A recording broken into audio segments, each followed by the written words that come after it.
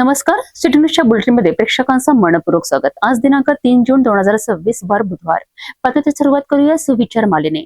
स्वाभिमान गमावून मोठे होण्यापेक्षा लहान राहून अभिमान ठेवणे चांगले। आजचा सुविचार बघितला, आता बघूया बातमीपत्रातील ठळक बातम्या।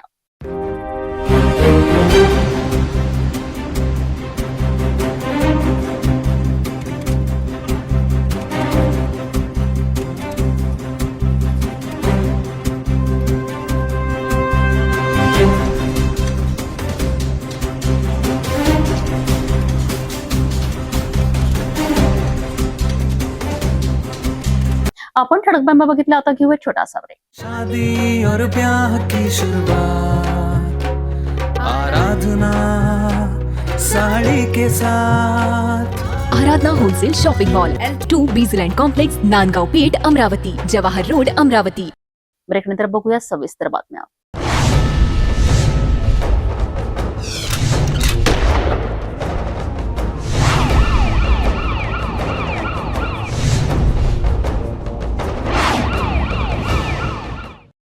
प्रेम संबंधातून एका 21 वर्षीय महाविद्यालयीन तरुणीची निर्गुण हत्या करण्यात आल्याचा आरोप समोर आला आहे। माडी रोडवरील तपोवन टेकडी परिसरात अर्धवट जाळलेल्या अवस्थेत तरुणीचा मृतदेह आढळून आल्यानंतर एकच खळबळ उडाली आहे। पोलिसांनी या प्रकरणी आरोपी समाधान इंगळे याला अटक केली असून प्राथमिक तपासात प्रेम संबंध आणि लग्नाच्या वादातून हा खून झाल्याची माहिती समोर आली आहे। पाहूया हा संपूर्ण धक्कादायक घटनाक्रम। मंगळवारी दुपारच्या सुमारास तपोवन टेकडीवरील स्मशानभूमीलगतच्या जंगलातून जळाल्याचा तीव्र वास येत असल्याचे एका गुरख्याच्या लक्षात आले।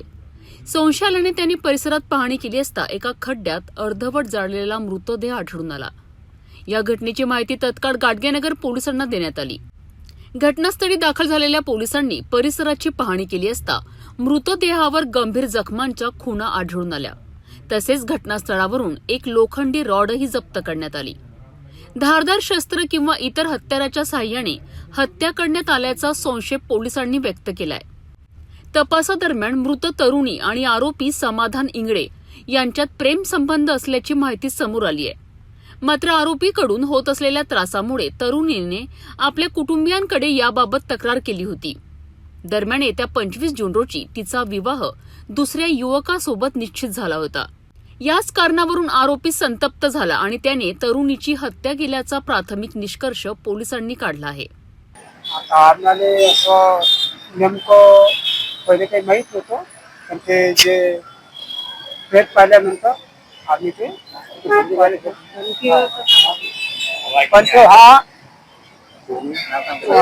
संविधान इंगळे हो हा नेहमीच ते आम्हाला असे सांगत होती का टॉर्चर करते म्हणून जीवे मानाच्या धमक्या हो, पण आम्ही थोडस इग्नोर केले ना। हो ठीक आहे बा।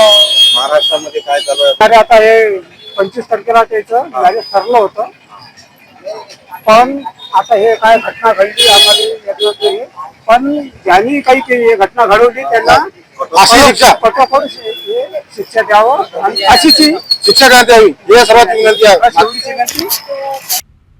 खून केल्यानंतर पुरावे नष्ट करण्याकरिता मृतदेह जंगलातील खड्ड्यात टाकण्यात आला। त्यानंतर त्यावर ज्वलनशील पदार्थ ओतून मृतदेह जाळण्याचा प्रयत्न करण्यात आल्याची माहिती तपासातून समोर आली आहे। पोलीस स्टेशन गाडगेनगर अमरावती शहर येथील जो तपोवन परिसर जो आहे त्या परिसरातील जो पडीत जे जंगल परिसर आहे तपोवन संस्थेचा, त्या परिसरामध्ये दिनांक 2 जून रोजी दुपारी 1:30 वाजताच्या दरम्यान असा एक फोन आला आम्हाला की बा अशा प्रकारचे एक जळालेल्या अवस्थेतील एका महिलेचे प्रेत त्या ठिकाणी पडून आले। त्या अनुषंगाने आम्ही वरिष्ठ अधिकारी व आम्ही स्टाफसह त्या ठिकाणी गेलो असता त्या ठिकाणी एक मृत अवस्थेत जळालेल्या अर्ध अवस्थेत महिला जातीचे प्रेत आढळून आले। त्या ठिकाणी एक रॉडसुद्धा होता, म्हणजे त्याच्यामुळे क्लिअर झालं होतं की त्या महिलेसोबत काहीतरी घातपात झाला असावा आणि तिला मारला असावा आणि पुरावा नष्ट करण्याच्या दृष्टिकोनातून तिला जाळून टाकण्याचा प्रयत्न केला। परंतु जे काय असेल लोकांच्या भीतीपुढे किंवा येणार जाणाऱ्यांच्या याच्या भीतीमुळे तो व्यक्ती फास्टमध्ये जो काही कृत्य करणारा होता आरोपी अज्ञात व्यक्ती तो पळून गेला आणि ती महिला पूर्णपणे जळालेली नाही। त्या घटनेला साधारणतः 36 ते 38 तास उलटून गेलेले असल्यामुळे आणि उष्ण वातावरण असल्यामुळे बऱ्यापैकी ती बॉडी जी आहे, शरीर जे प्रेत होतं ते कुजण्यास सुरुवात झालेली होती. चेहऱ्याला जमिनीला टेकलेला असल्यामुळे पूर्ण त्याच्यामध्ये अळ्या पडलेल्या होत्या, त्यामुळे चेहरा ओळखण्यासारखा नव्हता.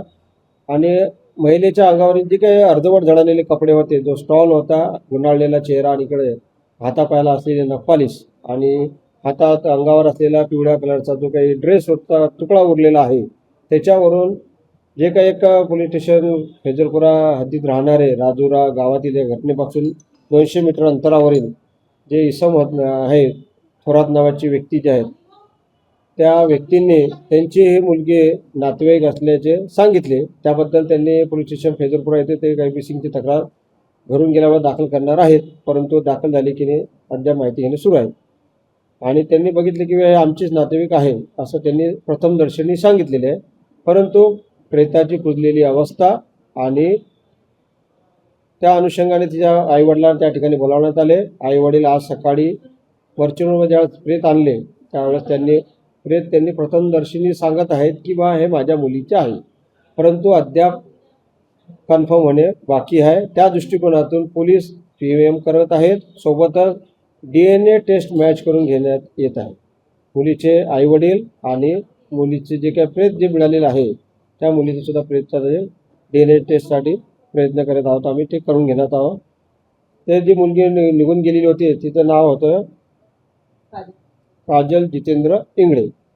ही मुलगी मिसिंग आहे, त्यामुळे हीच ती मुलगी आहे हे अद्याप मला सांगणे शक्य नाही. परंतु जे काही तिचे नातेवाईक आले त्यांनी सांगितलेलं आहे की ती आहे, परंतु अद्याप 100% खात्री नाही. आम्ही त्याचा पुढील DNA टेस्ट व इतर जे काही पुरावे आहेत ते गोळा करून ते आम्ही निश्चित त्याच्यापर्यंत पोहोचू शकू. त्या मुलीच्या संपर्कातील जे काही संशयित व्यक्ती होते त्यांच्या नातेवाईकांनी व इतर ज्या व्यक्तींनी माहिती दिली त्या 2 संशयित व्यक्तीला गुन्हे शाखा व आमच्या पोलीस स्टेशनने आम्ही ताब्यात घेतलेलं आहे आणि त्यांच्याकडून विचारपूस चालू आहे, चौकशी सुरू आहे. तसेच घटनास्थळावरील आजूबाजूच्या लोकांकडून आणि जे काही जे सर्वात शेवटी ज्यांनी बघितले त्या मुलीची मावशी थोरात आणि त्यांचे काका यांनी तिला बघितलं होतं घरून निघताना 31 तारखेला दुपारी 3:30 ते 4च्या दरम्यान. त्या अनुषंगाने त्यांच्याकडून जी काही माहिती मिळेल आणि नातेवाईकांकडून माहिती मिळेल त्या दृष्टिकोनातून प्रयत्न करून घटनाक्रम काय घडलेला असावा आणि त्या मुलीच्या बाबत कोणी घातपात केला असावा यापर्यंत आरोपीपर्यंत आम्ही जाण्याचा प्रयत्न करीत आहोत. हो, शवविच्छेदन करत असताना जे काही प्रोसेस होते बॉडी डिकम्पोज होणे सुरू असल्यामुळे आपण डॉक्टरांची टीम, महिला अधिकारी आणि त्या ठिकाणी इन कॅमेऱ्याच्या मध्ये आणि जे काही ज्यांनी ओळख पटवलेली आहे शासकीय पंच आणि ओळख पटवलेले जे नातेवाईक आहेत त्यांच्या समक्ष ते इन कॅमेरामध्ये आपण त्याचं शवविच्छेदन करत आहोत आणि प्रेत आपल्याच ताब्यात ठेवत आहोत जोपर्यंत त्याचं कन्फर्मेशन येत नाही आहे. या ठिकाणी घटनास्थळावर माननीय पोलीस आयुक्त श्री राकेश ओला सर, माननीय पोलीस उपायुक्त श्री श्याम घुगे सर आणि सहाय्यक पोलीस आयुक्त गाडगेनगर विभागाचे माननीय श्री कुणकर सर या सर्वांनी व आमच्या महिला अधिकारी PI 15 व स्टाफने त्या ठिकाणी भेट दिली. घटनास्थळावर FSLची टीम आणि इतर माध्यमातून पुरावे गोळा करून घटनेचा पूर्ण म्हणजे निष्कर्ष काढण्यापर्यंत आणि त्या प्रेतासोबत झालेली जी काही घटना आहे त्याचा शोध घेण्याचा पुरेपूर प्रयत्न करीत आहोत. मृत तरुणीचे शवविच्छेदन जिल्हा सामान्य रुग्णालयात करण्यात आले आहे. या घटनेनंतर नागरिकांमध्ये संतापाची लाट उसळली असून विविध सामाजिक आणि राजकीय संघटनांच्या पदाधिकाऱ्यांनी रुग्णालयात धाव घेतली. दरम्यान आरोपीला कठोरात कठोर शिक्षा देण्यात यावी आणि फाशीची शिक्षा सुनावण्यात यावी अशी मागणी मृत तरुणीच्या आई वडिलांनी केली आहे. मी योगेश वर्दे, काजल इंगळेचा मामा. ही प्रकरणामध्ये माझ्या भाचीची जी हत्या करण्यात आलेली आहे तिला पहिले मारून टाकलेलं आहे आणि पेट्रोल टाकून जाळलेलं आहे आणि तिची मयत झालेली आहे. आता त्या हिशोबाने आम्ही सर्व नातेवाईक, काजलची आई, सर्व नातेवाईक आणि प्रहार संघटनेचे आमचे बंटीभाऊ रामटेके त्यांच्या सपोर्टामुळं आम्ही आज या युनियन हॉस्पिटलमध्ये आता PM ची तयारी चालू आहे. आमची इच्छा एकच आहे की या घटनेमधले जे आरोपी आहेत आमचा संशय संविधान इंगळेवर आहे आणि आम्ही पोलीस अधिकाऱ्यांना त्या आरोपीला पकडण्याची विनंती केली आहे. त्यांनी अटक केलेली आहे. दर्यापूर इथे राहते तो. आमची अशी इच्छा आहे की जे आरोपी आहे त्यांना कठोरचे कठोर कारवाई त्याच्यावर झाली पाहिजे आणि फाशीची शिक्षा झाली पाहिजे, जेणेकरून इतर मुलीशी अशी घटना घडली नाही पाहिजे. आमची बाची जेणेकरून 20-21 वर्षाची बाची होती, तिला बैलून फसलून यांनी कोण्या तरीकेनं मारलं आणि हत्या केली आहे. आता हे पोलीसचा तपास चालू आहे आणि आमची एकच मागणी आहे की लवकरात लवकर आरोपीला अटक करून त्याला फाशीची शिक्षा देण्यात यावी, अशी माझी शासनाकडे विनंती आहे. प्रेम संबंधातून उद्भवलेल्या या धक्कादायक हत्याकांडाने अमरावती शहर हादरले आहे. एका तरुणीचे आयुष्य संपवून पुरावे नष्ट करण्याचा प्रयत्न केल्याचा आरोप असलेल्या या आरोपी विरोधात आता पोलिसांकडून सखोल तपास सुरू आहे. या प्रकरणात आणखी कोणते धक्कादायक खुलासे समोर येतात याकडे संपूर्ण जिल्ह्याचे लक्ष लागले आहे.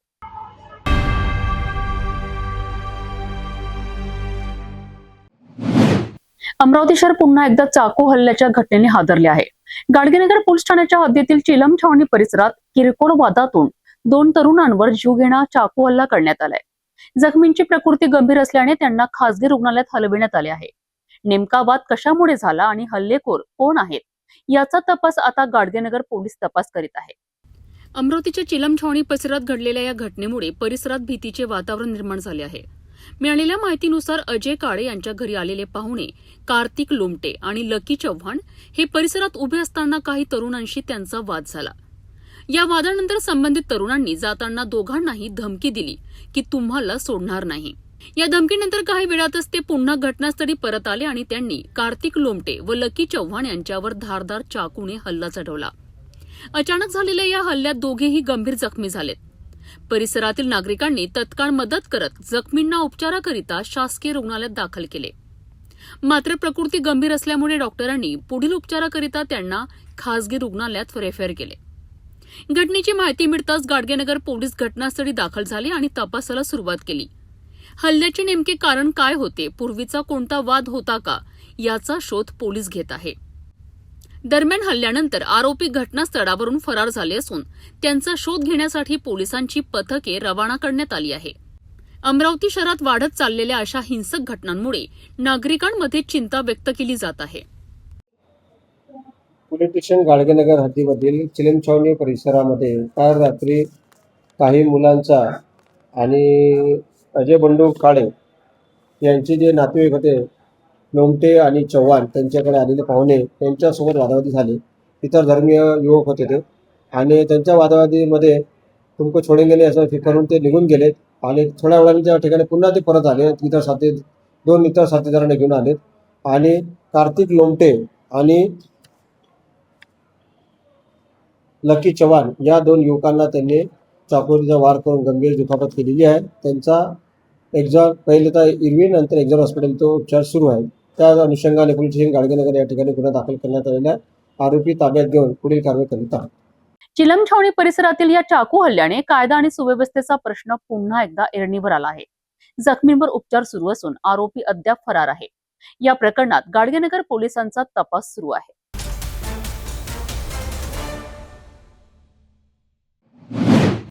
अमरावतीच्या राजकीय वर्तुळातून या क्षणाची सर्वात मोठी आणि खळबळजनक बातमी समोर आली आहे. अमरावती विधान परिषद निवडणुकीचा कोर्ट ड्रामा आता अत्यंत नाट्यमय वळणावर येऊन पोहोचला आहे. विप्लव बाजोरिया यांना नागपूर हायकोर्टातून खूप मोठा झटका बसला आहे. नामांकन अर्जाच्या वादावर नागपूर उच्च न्यायालयात झालेली मॅरेथॉन सुनावणी आता पूर्ण झाली असून कोर्टाने या प्रकरणात हस्तक्षेप करण्यास साफ नकार दिला आहे. म्हणजेच विप्लव बाजोरिया यांना हायकोर्टाकडून कोणताही अंतरिम दिलासा मिळालेला नाही. अमरावती विधान परिषद निवडणुकीची रणधुमाळी आता रस्त्यापासून ते थेट न्यायालयाच्या उंबरठ्यापर्यंत पोहोचली आहे. उमेदवारी अर्जावरील आक्षेप आणि वादावर आज नागपूर हायकोर्टात दोन्ही बाजूंनी जोरदार युक्तिवाद करण्यात आलाय. कोर्टाच्या मैदानात दिग्गज वकिलांनी आपली संपूर्ण ताकद पणाला लावली होती. प्रवीण पोटे यांच्या वतीने ज्येष्ठ विधिज्ञ मनोहर साहेब यांनी आपली बाजू भक्कमपणे मांडली, तर दुसरीकडे महल्ले यांच्या वतीने ॲडव्होकेट ऋषिकेश मर्ढीकर यांनी कोर्टासमोर युक्तिवाद केला. हर्षजित यांच्या वतीने ॲडव्होकेट भगंडे यांनी खिंड लढवली, तर बाजोरिया यांच्या बाजूने ॲडव्होकेट शिरपूरकर मॅडम यांनी कोर्टाला पटवून देण्याचा शर्थीचे प्रयत्न केलेत. न्यायालयाच्या दालनात ॲडव्होकेट प्रशांत देशपांडे, संदीप गुप्ता, सुमित शर्मा, चंदू डोरले आणि रोहित उपाध्याय यांच्या उपस्थितीत तब्बल 2.5 ते 3 तास हा कायदेशीर संघर्ष सुरू होता. मात्र सर्व पक्षांच्या दलिली आणि कायदेशीर डावपेच ऐकल्यानंतर नागपूर उच्च न्यायालयाने अमरावतीच्या या अपक्ष उमेदवाराच्या नामांकन प्रकरणात हस्तक्षेप करण्यास स्पष्ट नकार दिलाय.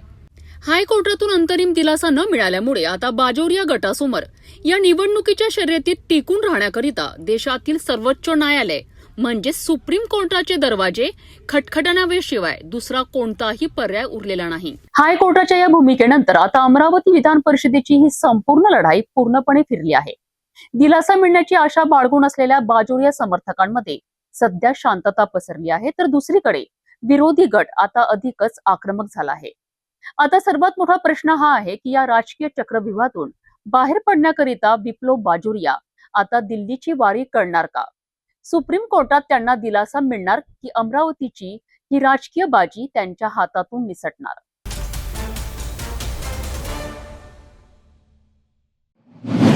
देशाच्या भविष्यासाठी अत्यंत महत्वाची मानली जाणारी जनगणना प्रक्रिया आता अंतिम टप्प्यात पोहोचली आहे. अमरावती महानगरपालिका प्रशासनाने या कामाला अधिक गती देत सर्व झोनमधील जनगणना कार्य 5 जून पर्यंत पूर्ण करण्याचे लक्ष्य निश्चित केले आहे. जनगणनेत कोणतीही त्रुटी राहू नये, माहिती अचूक आणि अद्ययावत राहावी याकरिता आयुक्त वर्षा लड्डा यांनी अधिकाऱ्यांना कडक निर्देश दिले आहेत. आगामी जनगणना प्रक्रियेच्या पार्श्वभूमीवर अमरावती महानगरपालिकेत आयुक्त वर्षा लड्डा यांच्या अध्यक्षतेखाली महत्वपूर्ण आढावा बैठक पार पडली आहे. विश्वरत्न डॉक्टर बाबासाहेब आंबेडकर सभागृहात झालेल्या या बैठकीत पर्यवेक्षक, चार्ज अधिकारी आणि जनगणना कार्याशी संबंधित अधिकाऱ्यांनी सहभाग घेतला. जनगणना संचालनालयाच्या व्हिडिओ कॉन्फरन्सिंगमध्ये देण्यात आलेल्या सूचनांच्या अंमलबजावणीचा सविस्तर आढावा यावेळी घेण्यात आला. आयुक्त वर्षा लड्डा यांनी स्पष्ट केले आहे की जनगणना ही देशाच्या विकास नियोजनाचा पाया आहे. त्यामुळे प्रत्येक नागरिकाची माहिती अचूक, विश्वासार्ह आणि अद्ययावत असणे अत्यावश्यक आहे. प्रगणकांकडून भरली जाणारी माहिती काटेकोरपणे तपासून आवश्यक दुरुस्त्या तातडीने करण्याचे निर्देश देण्यात आले. पर्यवेक्षकांनी दररोज माहितीची तपासणी करावी, तर चार्ज अधिकाऱ्यांनी नियमित पडताळणी करून कोणतीही अपूर्ण किंवा चुकीची माहिती प्रणालीवर अपलोड होणार नाही याची खबरदारी घ्यावी, असे सांगण्यात आले. महानगरपालिकेच्या सर्व झोनमधील क्षेत्रीय काम 5 जून पर्यंत पूर्ण करण्याकरिता विशेष नियोजन आणि समन्वय साधण्याचे आदेश बैठकीत देण्यात आले. डेटा संकलनानंतर तो वेळेवर प्रणालीमध्ये सिंक करणे अत्यंत महत्वाचे असल्याचे सांगत आयुक्तांनी डेटा सिंकमध्ये कोणतीही दिरंगाई होऊ नये यावर भर दिला आहे. माहिती वेळेवर अद्ययावत न झाल्यास डेटामध्ये विसंगती निर्माण होऊ शकते. त्यामुळे सर्व पर्यवेक्षकांनी आपल्या अधीनस्थ प्रगणकांवर नियमित देखरेख ठेवण्याच्या सूचना देण्यात आल्या. दररोज सायंकाळी प्रगणकांची बैठक घेऊन दिवसभराच्या कामाचा आढावा, अडचणींचे निराकरण, माहितीची गुणवत्ता आणि डेटा सिंकची खात्री करण्याचे आदेश आयुक्तांनी दिले. चार्ज अधिकाऱ्यांना आवश्यक असल्यास प्रत्यक्ष क्षेत्रभेटी घेऊन माहितीची खातरजमा करण्याचे निर्देशही देण्यात आले. बैठकीच्या शेवटी आयुक्त वर्षा लड्डा यांनी अचूक माहिती, नियमित डेटा सिंक, सातत्यपूर्ण पडताळणी आणि वेळेत काम पूर्ण करणे या 4 मुद्द्यांवर विशेष भर देत सर्व अधिकाऱ्यांना जबाबदारीने काम करण्याचे आवाहन केलेत. अमरावती महानगरपालिकेने जनगणना प्रक्रिया वेळेत आणि त्रुटी विरहित पूर्ण करण्याकरिता कंबर कसली आहे. 5 जून पर्यंत सर्व झोनमधील काम पूर्ण करण्याचे लक्ष्य प्रशासनाने ठेवले असून अचूक माहिती संकलनाकरिता यंत्रणा सज्ज झाली आहे. आता या मोहिमेची अंमलबजावणी किती प्रभावीपणे होते याकडे सर्वांचे लक्ष लागले आहे.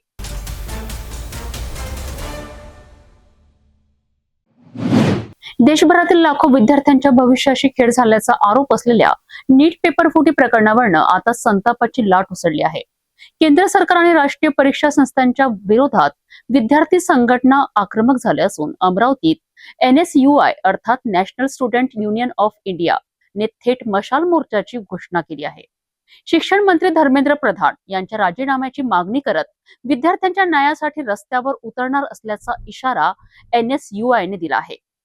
NSUI च्या वतीने अमरावतीत शुक्रवार 5 जून रोजी भव्य मशाल मोर्चाचे आयोजन करण्यात आले आहे. आयोजित पत्रकार परिषदेत या मोर्चाची माहिती देण्यात आली आहे. आताच मागील महिन्यापासून जो देशभरात एक शिक्षण व्यवस्थेत मोठा गोंधळ चालू आहे की नीटचा एक्झाम ही 4थ्या वेळेस पेपर फूट नीट प्रकरणात झालेली आहे. तर हे वारंवार याच गोष्टी होत आहे. यामुळे NSUI तर्फे देशभर तीव्र आंदोलनं चालू आहे. याचाच एक भाग म्हणून आमचे राष्ट्रीय अध्यक्ष विनोद झाकड यांच्या नेतृत्वात अमरावती येथे एक मशाल मार्च धर्मेंद्र प्रधान यांनी राजीनामा द्यावा या आग्रही मागणीसाठी 5 तारखेला सायंकाळी 5 वाजता काढण्यात येणार आहे. अमरावती इथे बाबासाहेबांचा पुतळा ते जयस्तंभ चौक महात्मा गांधीजींच्या पुतळ्यापर्यंत सायंकाळी 5:30 वाजता मशाल मार्चचे आयोजन केले आहे आणि NSY आता रस्त्यावर उतरलेली आहे आणि ही लढाई न्याय मिळेपर्यंत सुरू राहील. नीट पेपर फुटीच्या निषेधार्थ अमरावतीत होणारा हा मशाल मोर्चा विद्यार्थ्यांच्या भविष्यासाठी न्यायाची मागणी करणारा ठरणार आहे. या आंदोलनाला किती व्यापक पाठिंबा मिळतो आणि केंद्र सरकार यावर काय भूमिका घेते हे पाहणे महत्त्वाचे ठरणार आहे.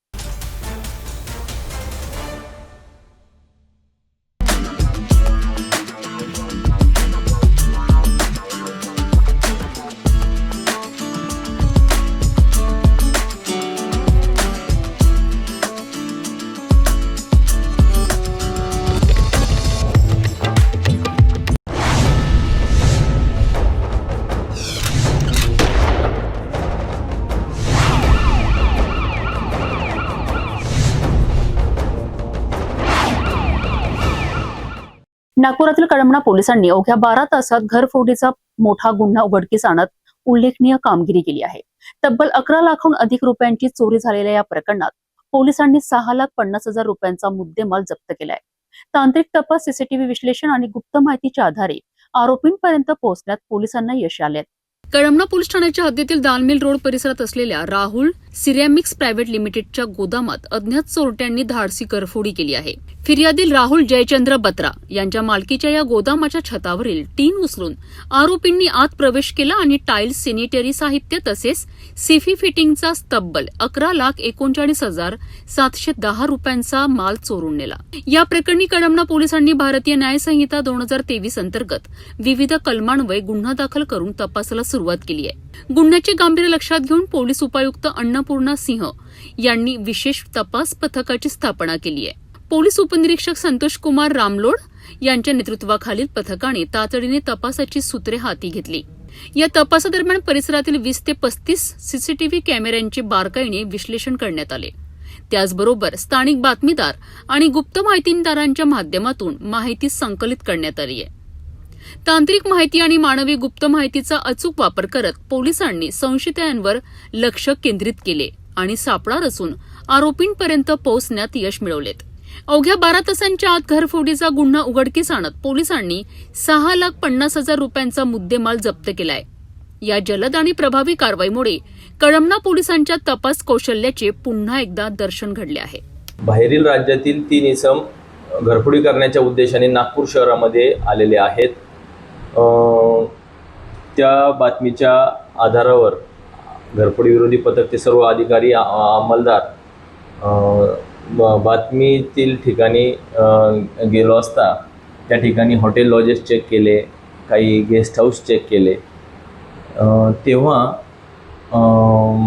इन बिटवीन आम्हाला जळगाव LCB कडून माहिती मिळाली आणि काही फुटेज प्राप्त झाले की हे संबंधित आरोपी आहेत आणि बाहेर राज्यातून नागपूरला आलेले आहेत.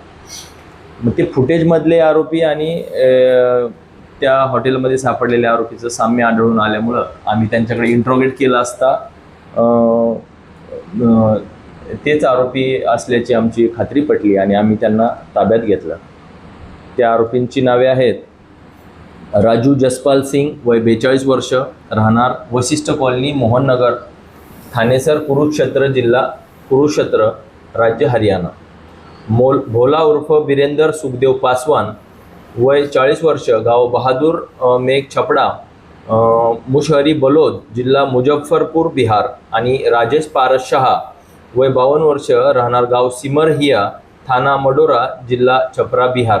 अशी या आरोपींची नावं आहेत. हे 3ही आरोपी रेकॉर्डवरील सराईत गुन्हेगार आहेत. यांच्यावर मध्य प्रदेश, हरियाणा, पंजाब या ठिकाणी घरफोडीचे गुन्हे यापूर्वी दाखल आहेत.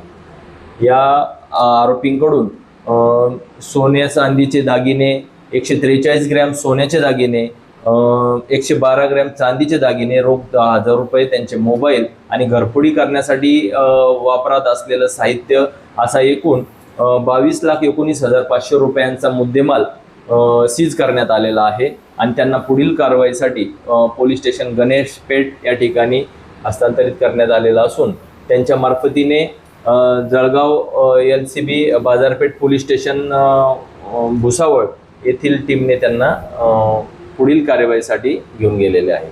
अवघ्या 12 तासात घरफोडीचा गुन्हा उघडकीस आणत लाखो रुपयांचा मुद्देमाल जप्त करणाऱ्या कळमना पोलिसांच्या या कारवाईचे सर्व स्तरावरून कौतुक होत आहे. तांत्रिक तपास आणि वेगवान पोलीस कारवाईमुळे आरोपींना लवकरच न्यायालयासमोर उभे केले जाणार आहे.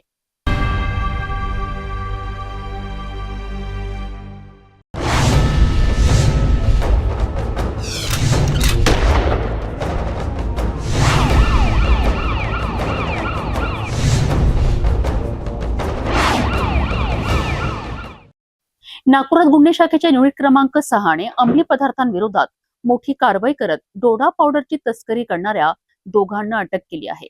कपिलनगर पोलीस ठाण्याच्या हद्दीत सापळा रचून करण्यात आलेल्या या कारवाईत डोडा पावडर, मोबाईल आणि दुचाकीसह तब्बल 73,750 रुपयांचा मुद्देमाल जप्त करण्यात आलाय. या कारवाईमुळे शहरातील अंमली पदार्थांच्या अवैध नेटवर्कला मोठा धक्का बसल्याचे मानले जात आहे. नागपूर शहरातील अंमली पदार्थांच्या अवैध व्यापाराविरोधात गुन्हे शाखेच्या युनिट क्रमांक 6 ने धडक कारवाई केली आहे. गोपनीय माहितीच्या आधारे गुन्हे शाखेच्या पथकाने कपिलनगर पोलीस ठाण्याच्या हद्दीतील नारी रोड परिसरात सापळा रचला. संशयित यश नितीन वालदे या 23 वर्षीय युवकाला दुचाकीसह ताब्यात घेण्यात आले. NDPS कायद्यातील सर्व तरतुदींचे पालन करून पंचासमक्ष त्याची झडती घेण्यात आली. यावेळी त्याच्याकडून प्लास्टिक पिशवीमध्ये ठेवलेली 249 ग्रॅम डोडा पावडर जप्त करण्यात आली आहे. या कारवाईत डोडा पावडर, मोबाईल फोन आणि दुचाकी वाहन असा एकूण 73,750 रुपयांचा मुद्देमाल हस्तगत करण्यात आलाय. अधिक चौकशीत आरोपी यश वालदे यांनी ही डोडा पावडर चंदन मंगल साखरे याच्याकडून विक्रीसाठी घेतल्याची कबुली दिली आहे. त्यानंतर पोलिसांनी चंदन साखरे यालाही ताब्यात घेत दोन्ही आरोपींविरुद्ध NDPS कायद्यातील कलम 8क, 15अ आणि 29 अंतर्गत गुन्हा दाखल केलाय. दोन्ही आरोपींची वैद्यकीय तपासणी करून पुढील कारवाईकरिता कपिलनगर पोलिसांच्या ताब्यात देण्यात आले आहे. पोलीस आयुक्त रवींद्र सिंगल, सह पोलीस आयुक्त doctor Navinchandra Reddy, upper police आयुक्त राजेंद्र दाभाडे, पोलीस उपायुक्त राहुल माकणीकर आणि सहाय्यक पोलीस आयुक्त डॉक्टर अभिजित पाटील यांच्या मार्गदर्शनाखाली ही कारवाई करण्यात आली आहे. हद्दीमध्ये अवैध धंद्याविरुद्ध पेट्रोलिंग करत असताना टेकानाका इंडस्ट्री परिसरामध्ये वय अंदाजे 25 वर्षाचा मुलगा टू व्हीलरवर जाताना त्यावर नंबर नव्हता. त्याला आम्ही थांबवून त्याची अंगझडती घेतली असता त्याच्याजवळून नशिले पदार्थ, अंमली पदार्थ, डोडा हा मिळून आला. त्याच्याकडे सखोल चौकशी केली असता त्यांनी चंदन मंगल साखरे राहणार कपिलनगर याच्याकडून तो घेतलेला आहे. त्या अनुषंगाने उशिरा चंदन मंगल साखरे यालासुद्धा आम्ही अटक करून पुढील तपासाकरता कपिलनगर पोलीस स्टेशन ताब्यात दिलेलं आहे. एकूण मुद्देमाल आहे डोडा आहे 249 ग्रॅम आहे. त्याची किंमत आहे 3,750 रुपये. एक OnePlusचा मोबाईल आहे आणि एक टू व्हीलर आहे. असे तिन्ही मिळून 73,750चा मुद्देमाल आम्ही जप्त केलेला आहे. नागपुरात अंमली पदार्थांच्या वाढत्या अवैध व्यापारांविरोधात पोलिसांनी पुन्हा एकदा कठोर भूमिका घेतल्याचे या कारवाईतून दिसून येत आहे.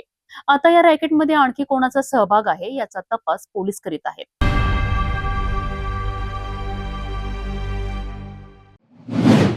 पावसाळा अवघ्या काही दिवसांवर येऊन ठेपला आहे. मात्र वाशिम जिल्ह्यातील अनेक जिल्हा परिषद शाळांमधील विद्यार्थ्यांवर अजूनही जीव मुठीत धरून शिक्षण घेण्याची वेळ येण्याची शक्यता आहे. कारण जिल्ह्यातील अनेक वर्गखोल्या आजही जीर्ण अवस्थेत असून भिंतींना तडे, छताची पडझड आणि उडून गेलेली टीनपत्रे प्रशासनाच्या निष्काळजीपणाची साक्ष देत आहेत. 2 वर्षापूर्वी तयार करण्यात आलेल्या दुरुस्ती आराखड्यानंतरही अनेक वर्गखोल्यांची कामे अपूर्ण आहेत. परिणामी नवीन शैक्षणिक वर्ष सुरू होण्यापूर्वीच विद्यार्थ्यांच्या सुरक्षिततेचा प्रश्न गंभीर बनला आहे. वाशिम जिल्ह्यात पावसाळ्याचे आगमन जवळ आले असताना जिल्हा परिषद शाळांमधील जीर्ण वर्गखोल्यांचा प्रश्न पुन्हा एकदा चर्चेत आला आहे. जिल्ह्यातील अनेक शाळांमधील वर्गखोल्या मोडकळीस आल्या असून काही ठिकाणी भिंतींना मोठे तडे गेले आहेत, तर काही ठिकाणी छताची पडझड झाल्याने विद्यार्थ्यांच्या जीवितास धोका निर्माण झाला आहे. 2 वर्षापूर्वी जिल्ह्यातील 200हून अधिक वर्गखोल्यांच्या दुरुस्तीचा प्रस्ताव तयार करण्यात आला होता. त्यानंतर मागील वर्षी आणि यंदा मिळून सुमारे 140 ते 160 वर्गखोल्यांची दुरुस्ती करण्यात आली. मात्र अजूनही तब्बल 50 ते 60 वर्गखोल्यांची दुरुस्ती रखडलेली असल्याची माहिती समोर आली आहे. त्यामुळे अनेक शाळांमध्ये परिस्थिती चिंताजनक बनली आहे. विशेष म्हणजे अनेक भागांमध्ये वादळी वाऱ्यांमुळे शाळांच्या इमारतीवरील टीन पत्रे उडून गेली आहेत. मात्र त्यांची दुरुस्ती अद्याप झालेली नाही. त्यामुळे पावसाळ्यात वर्गखोल्यांमध्ये पाणी गळतीची समस्या निर्माण होण्याची शक्यता आहे. नवीन शैक्षणिक वर्ष लवकरच सुरू होणार असून हजारो विद्यार्थी या शाळांमध्ये शिक्षण घेण्यासाठी दाखल होणार आहेत. अशा परिस्थितीत जीर्ण वर्गखोल्यांमध्ये विद्यार्थ्यांना बसविणे कितपत सुरक्षित आहे असा प्रश्न पालकांकडून उपस्थित केला जात आहे. स्थानिक नागरिक आणि पालकांनी प्रशासनाने तातडीने निधी उपलब्ध करून उर्वरित दुरुस्तीची कामे पूर्ण करावीत अशी मागणी केली आहे. विद्यार्थ्यांची सुरक्षा आणि शिक्षणाचा हक्क यावर कोणतीही तडजोड होऊ शकत नाही. त्यामुळे शाळा सुरू होण्यापूर्वीच प्रशासनाने युद्ध पातळीवर कारवाई करणे आवश्यक असल्याची भावना व्यक्त होत आहे. वाशिम जिल्ह्यातील अनेक शाळांमधील जीर्ण वर्गखोल्या प्रशासनाकरिता मोठे आव्हान ठरत आहे. शाळा सुरू होण्यापूर्वी दुरुस्तीची रखडलेली कामे पूर्ण झाली नाहीत तर विद्यार्थ्यांच्या सुरक्षिततेचा प्रश्न अधिक गंभीर होण्याची शक्यता आहे. आता प्रशासन यावर किती वेगाने आणि प्रभावीपणे कारवाई करते याकडे पालकांसह संपूर्ण जिल्ह्याचे लक्ष लागले आहे.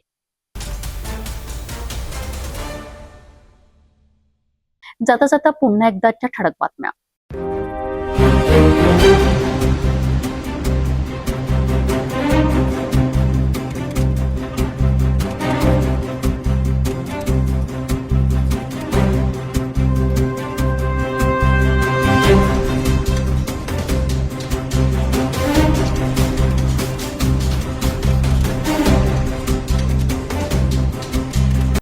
आपण आता सिटी न्यूज चॅनल आपल्या टीव्हीवरही बघू शकता. अमरावती जिल्ह्यानंतर विदर्भ आणि महाराष्ट्राचे दर्शक घर बसल्या आपल्या केबल टीव्हीवर सिटी न्यूज बातमी पाहू शकाल. जर आपल्या टीव्हीवर सिटी न्यूज चॅनल दिसत नसेल तर आपण आपल्या केबल ऑपरेटर संपर्क करावा. आपण सिटी न्यूज केबलच्या व्यतिरिक्त युट्यूब, फेसबुक, इंस्टाग्राम आणि ट्विटरवर बघू शकता. याकरिता सोशल मीडिया अकाउंट सबस्क्राईब करा, फॉलो करा, लाईक करा. युट्यूब अकाउंट सबस्क्राईब करण्याकरिता सबस्क्राईब बटनाला क्लिक करा आणि बेल आयकॉन दाबायला विसरू नका, कारण सतत समाचार आपल्यापर्यंत पोहोचणार आहेत. तसेच सिटीचे फेसबुक पेज लाईक करा, इंस्टाग्राम आणि ट्विटर हँडल फॉलो करा. आपण व्हॉट्सअपवर सुद्धा सूचना देऊन न्यूज प्राप्त करू शकता. व्हॉट्सअप नंबर स्क्रीनवर येत आहे. हे बातमी तेवढ्यावरच थांबूया. पुन्हा भेटू नवीन घडामोडींसोबत. आपण बघत राहा फक्त सिटी न्यूज. हर खबर पर पैनी नजर, हर मुद्दे पर सटीक वार, यही है सिटी न्यूज की पहचान. जहाँ सच्चाई की आवाज दबाई जाती है वहाँ सिटी न्यूज उठाता है सवाल. हर स्क्रीन पर, हर प्लेटफॉर्म पर हमारी मौजूदगी बोलती है. सिटी न्यूज हमेशा सच के साथ.